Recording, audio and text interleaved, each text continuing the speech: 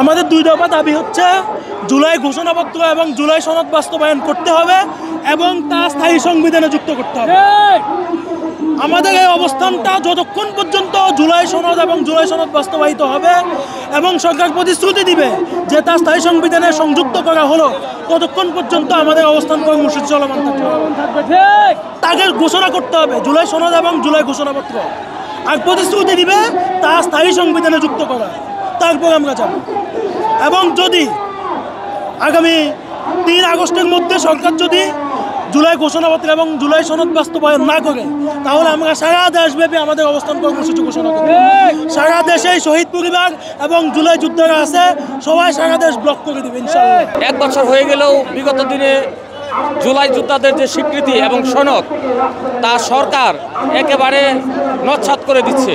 একের পর এক সময় নিচ্ছে, প্রায় 3 বার সরকারের দেওয়া সময়সীমা পার হয়ে গেছে।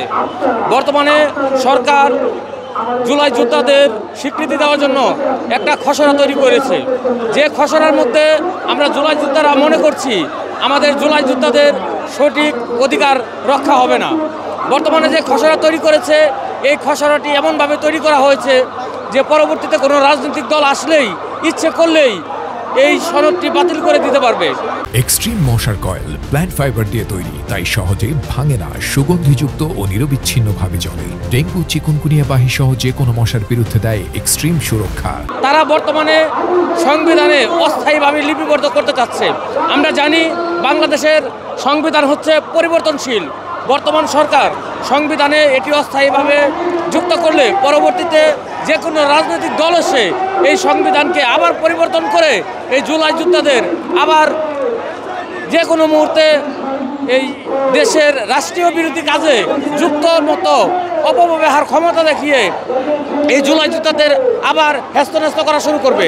আমরা সেই যেহেতু বাংলাদেশকে ফ্যাসিবাদ ত্যাগ করার জন্য, ফ্যাসিবাদদের দূর করার জন্য আমরা রক্ত দিয়েছি, আমরা পঙ্গুত্ব বরণ করেছি, আমরা আহত হয়েছি। আমরা পুনরায় আর এটা পুনর্ব্যক্ত দেখতে চাই না। আমরা চাই সংবিধানে স্থায়ীভাবে আমাদের এই জুলাই সনদ প্রতিষ্ঠিত হবে এবং রাষ্ট্রীয়ভাবে ঘোষণা হবে। বিগত 1 বছর থেকে সময় দিচ্ছে, কিন্তু তারা জুলাই ঘোষণাপত্র দিচ্ছে না। আমরা সেই জন্য আন্দোলনে নামছি। আমরা জুলাই সনদ এবং জুলাই ঘোষণাপত্র নিয়ে যে বাড়ি ফিরবো। আমরা আসছি নীলফামারীতে জুলাই সনদপত্রের জন্য, এই জায়গায় আমরা আসছি শাহবাগে। আন্দোলনটা হচ্ছে আমাদের জুলাই যোদ্ধার যে সনদটা দেওয়ার কথা ছিল, সেটা জুলাই সনদটা ওইটার জন্য দাবির জন্য আমরা শাহবাগে এসেছি। যে পর্যন্ত আমাদের জুলাই সনদ ঘোষণা না করবে পর্যন্ত আমরা এই শাহবাগটা থেকে এখানে অবস্থান নিব। এখানে এটা আমাদের ভিতর আমাদের ইয়ের ভিতর অনেক আছে, চক্রান্ত। এরা অনেক পায়তারা করতেছে, আমাদের জুলাই সনদটা অবলম্বন করতেছে, যে তাদের তাদের কি বুঝতেছি না যে তারা কিসের জন্য জুলাই সনদটা দেওয়ার জন্য এত বিলম্ব করতেছে। আমাদের জুলাই সনদটা দিয়ে দিলে তো আমরা আর রাস্তায় নামতে হয় না।